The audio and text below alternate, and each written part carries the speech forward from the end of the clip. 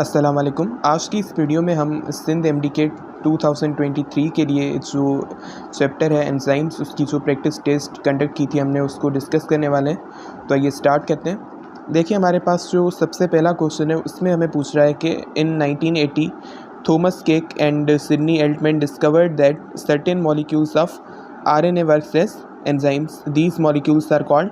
कह रहा है कि हमारे पास ये साइंटिस्ट थे, इन्होंने आरएनए के कुछ मॉलिक्यूल्स को बताया कि वो एंजाइम्स के तौर पे काम करते हैं। तो वो मॉलिक्यूल्स कौन से हैं? तो आरएनए के जो मॉलिक्यूल्स जो कि एक्ट करते हैं एज एंजाइम्स, वो हमारे पास होते हैं राइबोजाइम्स। तो इसका जो करेक्ट आंसर है वो है सी।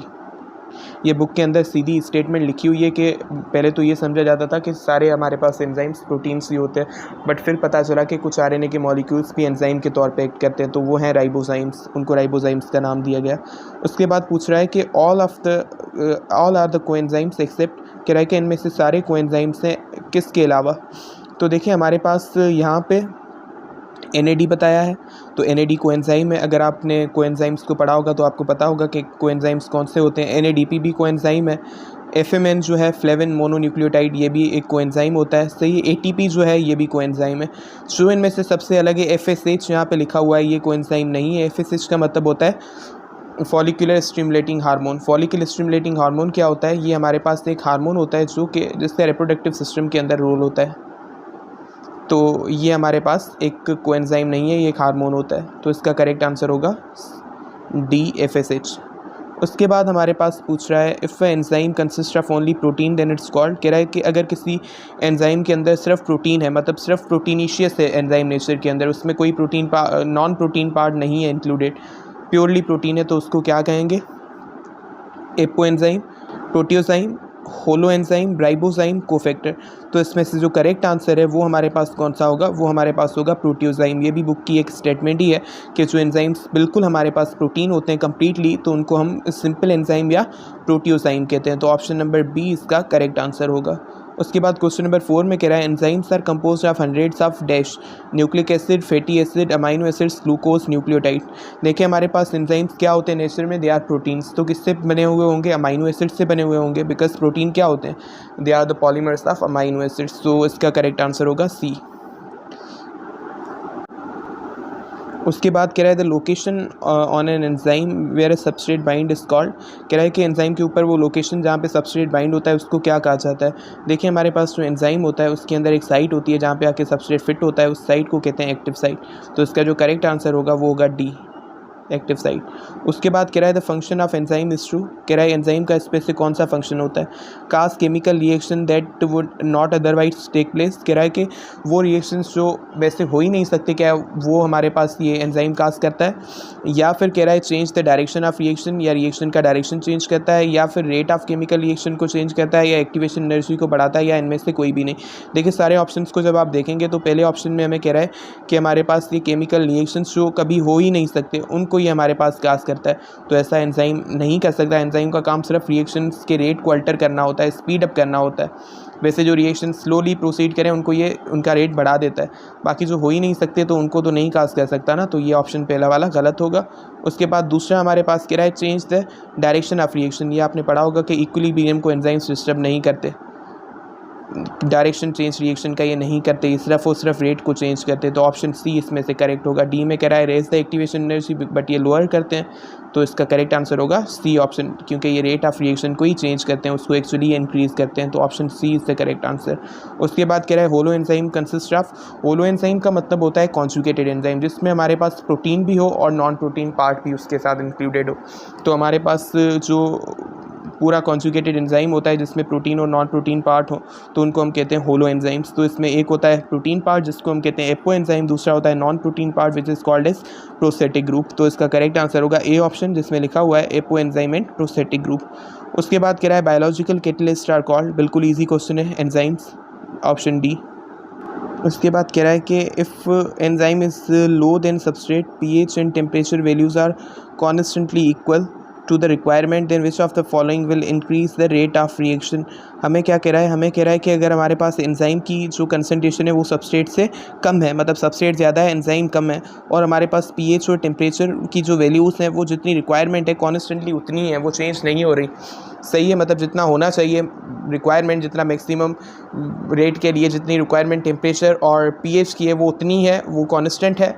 तो अब हमारे पास कौन सी हम कंडीशन करेंगे तो हमारे पास रेट ऑफ रिएक्शन इंक्रीज़ होगा, मतलब हमारे पास सबस्ट्रेट से एंजाइम कम है तो हम क्या करें कि हमारे पास रेट ऑफ रिएक्शन बढ़े। हालांकि हमारे पास जो पीएच और जो टेम्परेचर है वो जितना होना चाहिए उतना ही है। उसके अंदर ऑप्शंस में हमें कह रहा है increase in the concentration of enzyme, increase in the concentration of substrate, increasing the pH, increasing the temperature.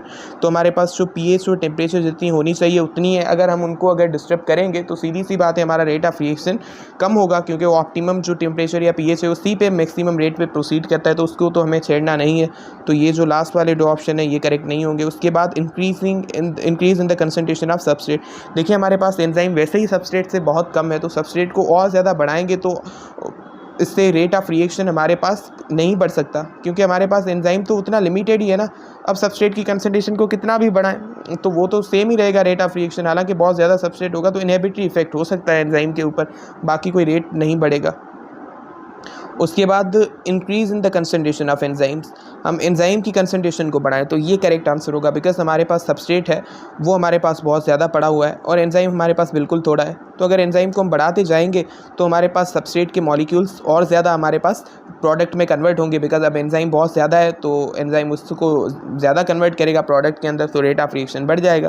तो एंजाइम की कंसंट्रेशन को हम जितने ही बढ़ाएंगे उतने सबस्ट्रेट के ज़्यादा मॉलिक्यूल रिएक्शन में इन्वॉल्व हो पाएंगे, ज़्यादा मॉलिक्यूल कैटलाइज होंगे, तो इससे हमारे पास रेट ऑफ रिएक्शन बढ़ेगा। तो नंबर ए जो ऑप्शन है ये करेक्ट है इसका, increase in the concentration of enzyme. फिर कह रहा है lock and key model was propose by, ये फिशर ने एक्सप्लेन किया था, जो ये फिशर नाम के साइंटिस्ट थे, तो इसका करेक्ट आंसर है डी। के बाद हमें कह रहा है which of the following mechanism regulates the activity of almost every enzyme in the cell. कह रहा है कि इनमें से वो कौन सा मैकेनिज्म है जो तकरीबन सारे एंजाइम्स जो सेल के हैं उनकी एक्टिविटीज़ को रेगुलेट करता है। उसमें कह रहा है positive feedback, negative feedback, feedback inhibition, non competitive inhibition, competitive inhibition. देखिए हमारे पास जो मैकेनिज्म होता है आप सब ने पढ़ा होगा, बुक लाइन के अंदर ही लिखा हुआ है कि ये हमारे पास होता है feedback inhibition. Feedback inhibition actually हमारे पास नेगेटिव फीडबैक का टाइप होता है, तो इसके अंदर हमारे पास नेगेटिव फीडबैक भी लिखा हुआ है, सही है, और इस नेगेटिव फीडबैक का ही टाइप होता है, पर होता क्या नाम उसका क्या होता है, उसका नाम होता है फीडबैक इनहिबिशन। तो ये इसका करेक्ट आंसर होगा। अगर फीडबैक इनहिबिशन नहीं होता तो इन दूसरे ऑप्शंस में हम नेगेटिव फीडबैक सेलेक्ट करते हैं, सही है। तो हमारे पास वो कौन सा होता है फीडबैक इनहिबिशन, जो एक्चुअली नेगेटिव फीडबैक का टाइप होता है। तो इसका करेक्ट आंसर हमारे पास होगा सी ऑप्शन। उसके बाद हमें कह रहा है the reaction rate of salivary amylase with starch decrease as the concentration of chloride ion is reduced. Which of the following describes the role of chloride ions. कह रहा है कि हमारे पास जो एक बता रहा है एंजाइम जो कि है स्लेवरी अमाइलेज, वो हमारे पास स्टार्च के साथ रिएक्शन करता है, मतलब स्टार्च होता है उसको ये कन्वर्ट करता है किसके अंदर, माल्टोज के अंदर। स्लेवरी अमाइलेज का यही काम होता है, तो मतलब उसकी स्टार्च की डाइजेशन होती है, उसमें ही इसका रोल होता है। तो इसका जो रिएक्शन रेट है स्टार्च के साथ कह रहा है कि वो हमारे पास कम होता है जैसे ही हम जो क्लोराइड आयन की कंसंट्रेशन है उसको रिड्यूस करते हैं। उसका मतलब क्लोराइड आयन्स इसके लिए क्या है, देखिए हमारे पास जो क्लोराइड आयन्स हैं वो क्या होंगे इसके लिए, उनको रिमूव करने से, उनको कम करने से हमारे पास इसका रेट कम हो रहा है, मतलब जो इसकी एक्टिविटी है एंजाइम की वो कम हो रही है। तो सीधी सी बात है हमारे पास एंजाइम है उसका ये क्लोराइड आयन्स क्या होंगे, ये हमारे पास उसके होंगे कोफैक्टर। आपको पता है कोफैक्टर हमारे पास क्या होता है, एंजाइम का नॉन प्रोटीन पार्ट होता है, जो नेचर के अंदर क्या होता है इनऑर्गेनिक आइंस होते हैं। तो वो जो इनऑर्गेनिक आइंस होते हैं जो कि जिनकी हमारे पास अगर हमने उनको रिमूव कर दिया तो एंजाइम की एक्टिविटी कम हो रही है, और वो नेचर में इनऑर्गेनिक आइंस हैं, तो उनको हम क्या कहते हैं, उनको हम कोफैक्टर कहते हैं। कोई ऑर्गेनिक मॉलिक्यूल अगर हमारे पास नॉन प्रोटीन पार्ट के तौर पर होता है उसको हम क्या कहते हैं, जिसको हम कहते हैं कोएंजाइम। पर जब हमारे पास कोई इनऑर्गेनिक आइंस हो और वो हमारे पास एंजाइम की एक्टिविटी को बढ़ा रहे हों, उसको एक्सेलरेट कर रहे हों, और जब उनको रिमूव करें तो उसकी एक्टिविटी कम हो रही है, तो वो सीधी सी बात है क्या होंगे, कोफैक्टर। तो इसका आंसर होगा हमारे पास बी, करेक्ट आंसर कोफैक्टर्स। उसके बाद कह रहा है हमारे पास poisons like cyanides, antibodies, anti metabolites and drugs are the example of. हमारे पास कह रहा है ये डिफरेंट जो पॉइजन्स होते हैं, ड्रग्स होते हैं, एंटी मेटाबोलाइट होते हैं, ये किसके एग्जाम्पल होते हैं, ये इनहिबिटर्स ही होते हैं। देखिए हमारे पास एंजाइम्स तो होते नहीं हैं, एपो एंजाइम्स तो हमारे पास नहीं होते। एपो एंजाइम प्रोटीन पार्ट को हम कहते हैं जो कॉन्जुगेटेड एंजाइम का होता है। को एंजाइम्स भी नहीं होते, एक्टिवेटर भी नहीं होते, ये क्या होते हैं, ये इनहिबिटर्स होते हैं। उसके बाद हमारे पास कह रहा है DDT and parathion are inhibitors of the key enzymes of. हमारे पास जो DDT और पैराथियोन होते हैं, सही है, ये हमारे पास जो नर्वस सिस्टम होता है, सही है, उसके जो एंजाइम्स होते हैं उनको ये इनहिबिट करते हैं। सो ये हमारे पास करेक्ट आंसर होगा बी ऑप्शन। उसके बाद कह रहा है पेप्सिन ऑफ स्टमक, इसकी ऑप्टिमम पीएच 1.4 होती है, ये बुक के अंदर मेंशन्ड है, डी ऑप्शन। उसके बाद कह रहा है which of the following statement about enzyme kinetic is false, कह रहा है इनमें से वो कौन सी स्टेटमेंट है एंजाइम्स की काइनेटिक्स से रिलेटेड जो कि हमारे पास रॉन्ग है। कह रहा है कि an increase in substrate concentration at constant enzyme concentration leads to proportional increase in the rate of reaction. कह रहा है कि हमारे पास जब हम सबस्ट्रेट की कंसंट्रेशन को बढ़ाते हैं कांस्टेंट एंजाइम की कंसंट्रेशन पे तो प्रोपोर्शनल इंक्रीज आती है रेट ऑफ रिएक्शन में। दूसरा हमें कह रहा है most enzymes operating in the human body works best at a temperature of 37 degree C. देखिए हमारे पास सारे एंजाइम्स जो हैं सही है वो हमारे पास 37 पे वर्क करते हैं, मतलब ये स्टेटमेंट तो करेक्ट है, ये फॉल्स नहीं है, ये तो करेक्ट है। उसके बाद कह रहा है enzyme is inactivated rapidly by exposure to UV rays, ये भी सही है, एंजाइम इनएक्टिव हो जाते हैं। उसके बाद हमारे पास competitive inhibitors reduce the productivity of enzyme by blocking the substrate from entering active site, बिल्कुल सही है, कॉम्पिटेटिव इनहिबिटर्स एक्टिव साइट को ही ब्लॉक करते हैं ताकि एक्चुअल सबस्ट्रेट वहाँ पे आके बाइंड ना हो। और ये लास्ट वाला कह रहा है नन ऑफ द अबव। देखिए ऑप्शन बाकी तीनों तो सही हैं, जब आप ए स्टेटमेंट को देखेंगे इसमें क्या कह रहा है increase in the substrate concentration, substrate की कंसंट्रेशन को अगर हम बढ़ा रहे हैं कांस्टेंट एंजाइम कंसंट्रेशन पे, मतलब एंजाइम की कंसंट्रेशन वही कांस्टेंट है और सबस्ट्रेट की कंसंट्रेशन को हम लगातार बढ़ा रहे हैं, तो उससे क्या होगा कि वाकई प्रोपोर्शनल इंक्रीज आएगी।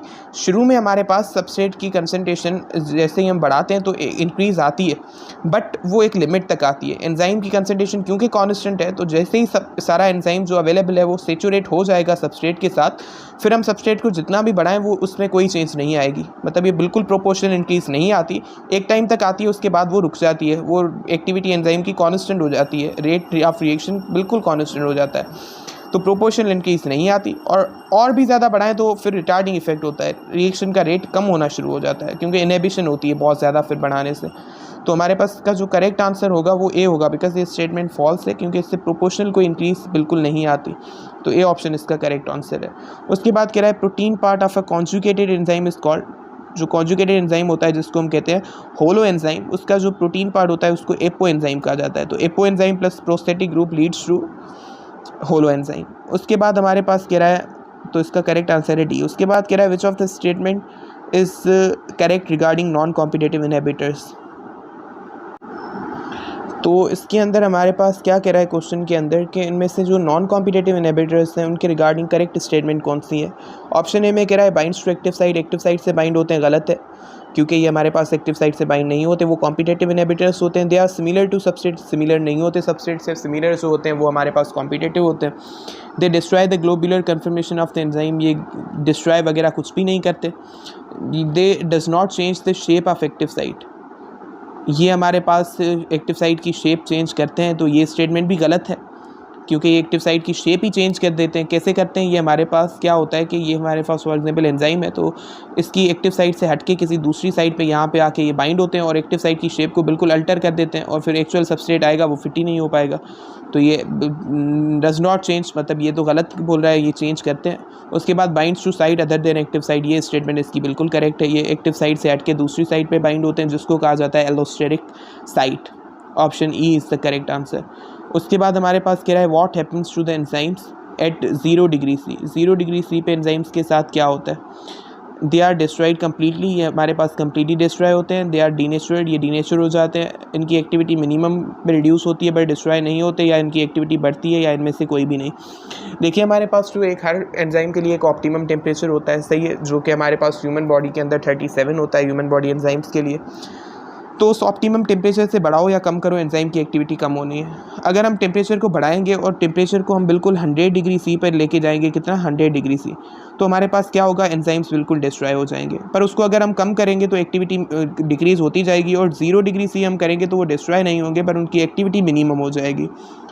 तो इसका करेक्ट आंसर होगा सी, कि एक्टिविटी रिड्यूस हो जाती है to minimum but they are not destroyed. 100 पर करेंगे तो हमारे पास टेम्परेचर बढ़ाएंगे, ऑप्टिमम से 100 तक ले जाएंगे तो 100 पे डिस्ट्रॉय हो जाएगी, पर 0 पे डिस्ट्रॉय नहीं होंगे, वो सिर्फ उनकी एक्टिविटी मिनिमम हो जाएगी। उसके बाद हमें कह रहा है कि which one of the following bonds permanently to active site of an enzyme, इनमें से वो कौन सा है जो कि permanently active site of the enzyme से बाइंड होता है। Allosteric inhibitor, coenzymes, competitive inhibitor, non competitive या प्रोस्थेटिक ग्रुप। देखें जो हमारे पास एलोस्टेरिक इनहिबिटर होता है इससे ही एक्टिव साइट से बाइंड नहीं होता, एलोस्टेरिक साइट से ही बाइंड होता है। कोएंजाइम्स ये हमारे पास एक्टिव साइट से बाइंड नहीं होते, ये एंजाइम का जो होता है कॉन्जुगेटेड एंजाइम उसका पार्ट के तौर पे मौजूद होते हैं पर एक्टिव साइट पे नहीं होते। कॉम्पिटेटिव इनहिबिटर ये इसका करेक्ट आंसर है। बाकी कॉम्पिटेटिव इनहिबिटर्स जो होते हैं वो एक्टिव साइट से बाइंड होते हैं, सही है, और जाके बाइंड हो जाते हैं और सबस्ट्रेट को वहाँ पे एंटर नहीं होने देते, तो इसका ये करेक्ट आंसर होगा सी। दूसरे ऑप्शन में नॉन कॉम्पिटेटिव कह रहा है, वो तो एलोस्टेरिक साइट पे बाइंड होते हैं और प्रोस्टेटिक ग्रुप भी एक्टिव साइट पे बाइंड नहीं होता, तो इसका करेक्ट आंसर होगा सी, कॉम्पिटेटिव इनहिबिटर। उसके बाद कह रहा है enzyme is 3 dimensional, enzyme 3 dimensional कौन सा प्रोटीन होता है, तो हमारे पास ग्लोबुलर प्रोटीन होता है, ऑप्शन डी इज करेक्ट। उसके बाद कह रहा है which of the following is an example of feedback inhibition in a metabolic pathway. अब इनमें से कौन सा हमारे पास जो मेटाबॉलिक पाथवे के अंदर फीडबैक इनहिबिशन होती है, सही है, उसका एग्जांपल है। अब देखिए हमारे पास जो फीडबैक इनहिबिशन होती है इसके अंदर हमारे पास क्या होता है, इसके अंदर एक्चुअली जो हमारे पास प्रोडक्ट होता है किसी भी रिएक्शन का, वो ही जाके उसके जो एंजाइम होता है उसको क्या कर देता है, इनहिबिट कर देता है, सही है, ताकि वो और ज़्यादा सबस्ट्रेट को प्रोडक्ट के अंदर कन्वर्ट ना करे, क्योंकि बहुत ज़्यादा प्रोडक्ट जब अक्यूमुलेट होता है तो वो प्रोडक्ट ही इनहिबिटरी इफेक्ट डालता है अपने ही एंजाइम के ऊपर। तो ये कुछ होता है इसके अंदर। देखते हैं इसमें अब क्या कह रहा है, non competitive inhibitor binds irreversibly to substrate. कह रहा है कि हमारे पास नॉन कॉम्पिटेटिव इनहिबिटर सबस्ट्रेट से बाइंड होता है, नहीं, ये बिल्कुल ऐसा नहीं होता है, एंजाइम के साथ बाइंड होता है और कॉम्पिटेटिवली बाइंड होता है। जो प्रोडक्ट होता है रिएक्शन का, सबस्ट्रेट के साथ कोई बाइंडिंग नहीं होती। An enzyme control reaction slows down as the end product accumulate, ये ऑप्शन करेक्ट है।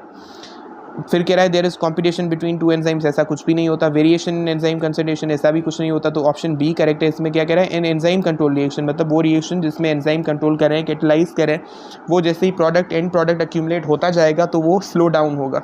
सीधी सी बात है, फीडबैक इनहिबिशन का काम ही है, बहुत ज़्यादा प्रोडक्ट एक्यूमुलेट हो तो एंजाइम की एक्टिविटी को कम करे, तो यही हमारे पास करेक्ट आंसर है इसका, बी ऑप्शन।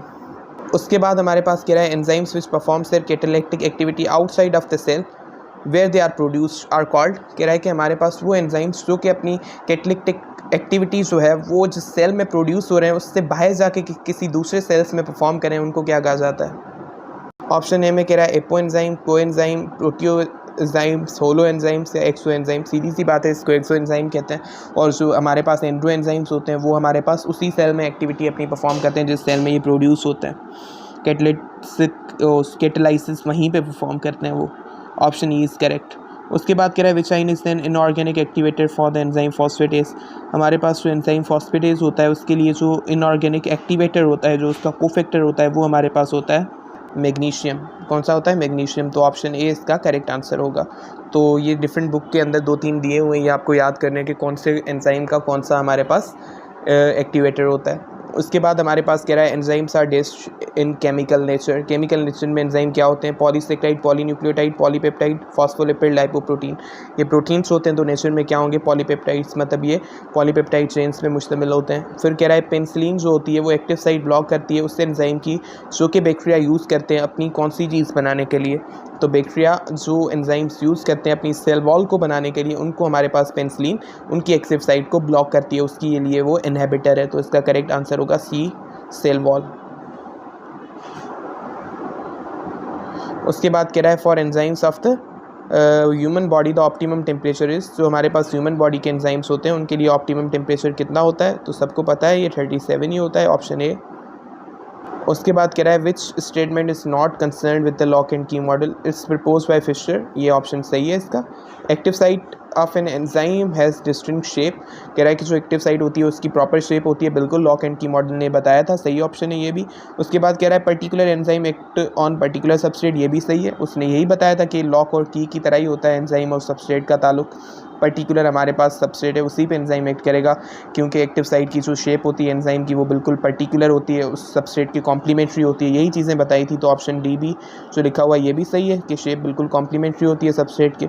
जो गलत है वो यही है, substrate combines with enzymes and induce change in it, तो सबस्ट्रेट एंजाइम के साथ कंबाइन होकर चेंज इंड्यूस करता है, ये जो चीज़ है ये है तो सही, पर ये इस मॉडल के साथ कंसर्न नहीं है। हमें यही पूछ रहा है कि स्टेटमेंट इसके साथ कंसर्न कौन सी नहीं है, तो ये ऑप्शन ही गलत होगा क्योंकि ये हमारे पास से कंसर्न नहीं है, तो नॉट कंसर्न यही होगा, बिकॉज ये इंड्यूस पिट मॉडल है उससे रिलेटेड है, क्योंकि ये जो लॉक एंड की मॉडल था ये यहीं पे इसने ये एक्सप्लेन नहीं कर पा रहा था कि हमारे पास फॉर एग्जांपल कोई ऐसी चीज़ें हैं जो एक्चुअल सबस्ट्रेट नहीं है वैसे ही आके फिट हो रहे हैं, जैसे कॉम्पिटिटिव इनहिबिटर होते हैं, तो एंजाइम क्या उनके साथ रिएक्ट करेगा, एंजाइम उनको प्रोडक्ट में कन्वर्ट करेगा, नहीं करेगा, क्यों, क्योंकि हमारे पास एक्चुअल सबस्ट्रेट कंबाइन होकर एंजाइम के साथ चेंज इंड्यूस करते हैं उसकी शेप में, जो ही उस एंजाइम की एक्टिविटी को स्टिमुलेट करता है। तो ये इंड्यूस फिट मॉडल की स्टेटमेंट है, तो ई ऑप्शन इसका करेक्ट होगा, which is not concern with the lock and key model.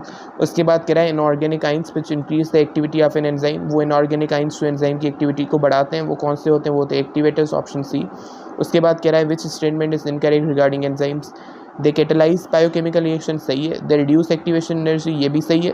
They are change chemically after reaction, और उसके बाद कह रहा है all enzymes do not require coenzyme for their activity, ये भी सही है कि सारे एंजाइम्स को अपनी एक्टिविटी के लिए कोएंजाइम रिक्वायर नहीं होते, बिल्कुल सही है। दे आर बायो कैटलिस्ट, ये बायो कैटलिस्ट होते हैं, ये भी सही है। ऑप्शन सी सही नहीं है, वो कह रहा है they are change chemically after the reaction, कह रहा है कि हमारे पास जो केमिकली चेंज होते हैं आफ्टर द रिएक्शन, ये स्टेटमेंट गलत है, बिकॉज मतलब ये चीज़ सही नहीं है, क्योंकि हमारे पास एंजाइम चेंज नहीं होते, they are same before and after the reaction, they are not change after the reaction, ये चेंज नहीं होते, तो ये स्टेटमेंट हमारे पास गलत है।